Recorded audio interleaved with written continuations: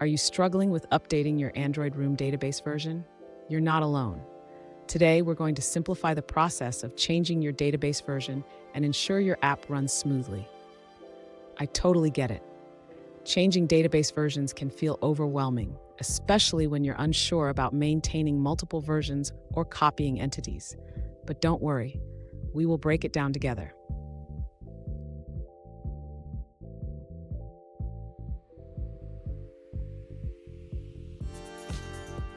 Here's the specific question we're addressing.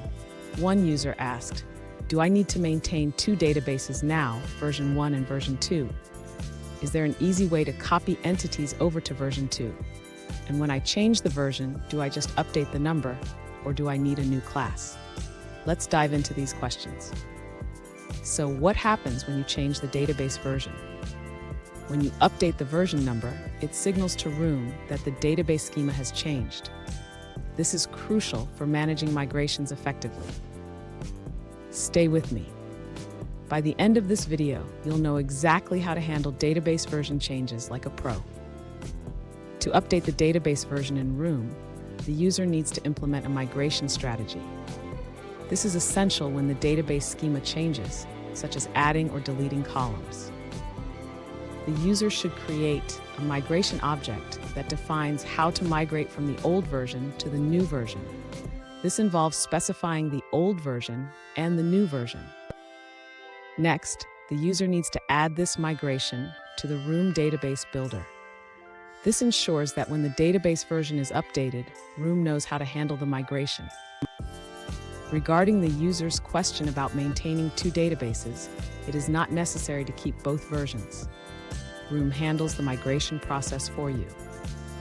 Finally, the user does not need to create a new class for the updated database version. Simply changing the version number in the existing class is sufficient.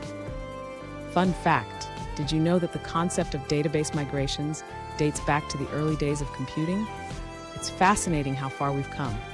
Now, let's look at the answers provided by other users. An alternative approach shared by another user suggests that when you upgrade the database version, you don't necessarily need to change the database structure. You can simply update the version in the annotation without modifying the database itself. When building your database, include the migration to ensure data remains intact. This way, the database will refresh without losing any data.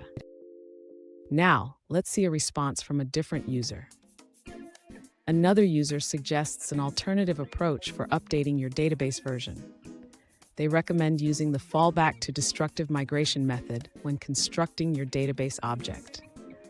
This allows you to apply changes without needing to provide a migration plan.